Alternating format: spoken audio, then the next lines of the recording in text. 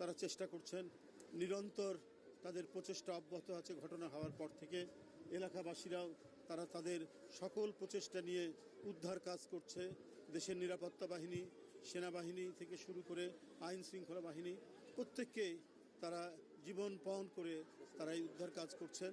আমরা আল্লাহর কাছে দোয়া করব, যারা আহত হয়েছেন তারা যেন আল্লাহ যেন সুস্থতা দান করেন। আর যারা ইতিমধ্যে যারা চলে গেছেন তাদের কাছে তাদের আত্মার মাগফিরাত কামনা করা ছাড়া এই মুহূর্তে আর কী বা করতে পারি।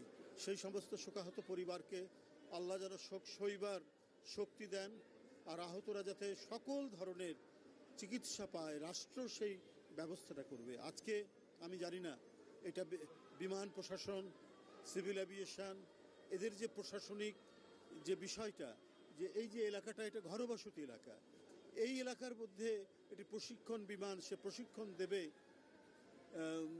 যারা এটা শিখতে চায়, উড্ডয়ন শিখতে চায়। এটা আমার কাছে কেমন যেন একটা রহস্যজনক মনে হয়। এটা তো বিস্তীর্ণ প্রান্তর হতে পারে এয়ারপোর্টের ধারে, সেটা যশোর, কক্সবাজার, এই সমস্ত জায়গায় পাশে সমুদ্র আছে, আছে। কিন্তু এই ধরনের ঘনবসতির উপর দিয়ে বিমান প্রশিক্ষণ বিমান সেখানে প্রশিক্ষণ দেবে, এইটা আমি কোনোভাবেই আমি যেন মেনে নিতে পারছি না। আমি টেকনিক্যাল বিষয় বা নেভিগেশনের ব্যাপারগুলো আমি নিশ্চয়ই জানতে পারবো না, কিন্তু একটি সাদা চোখে সাদা মনে যেটা মনে হয়েছে যে এই ঘনবসতি এলাকা যখন এত ঘন বাড়ি ঘর বিল্ডিং, চারিদিকে মানুষ থই থই করছে, এর মধ্যে একটা প্রশিক্ষণ দিতে পারে না। তো এটা নিঃসন্দেহে প্রশাসন এবং সরকার যারা আছেন তাদের অনেক গুরু দায়িত্ব আছে।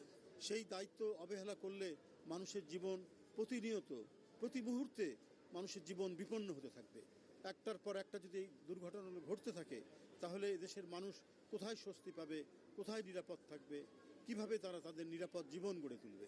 তো সুতরাং দুর্ঘটনা এটা অবশ্য বলে কয়ে আসে না, এটা হতে পারে, কিন্তু আমরা যদি আগাম কিছু প্রস্তুতি রাখতে পারি, আমরা এয়ারপোর্টের পাশে কি ধরনের লোকালয় গড়ে উঠবে, আমার মনে হয় সেই ধরনের কোনো প্ল্যানিংয়ের অংশ নয় এয়ারপোর্টের পাশের লোকালয়গুলো।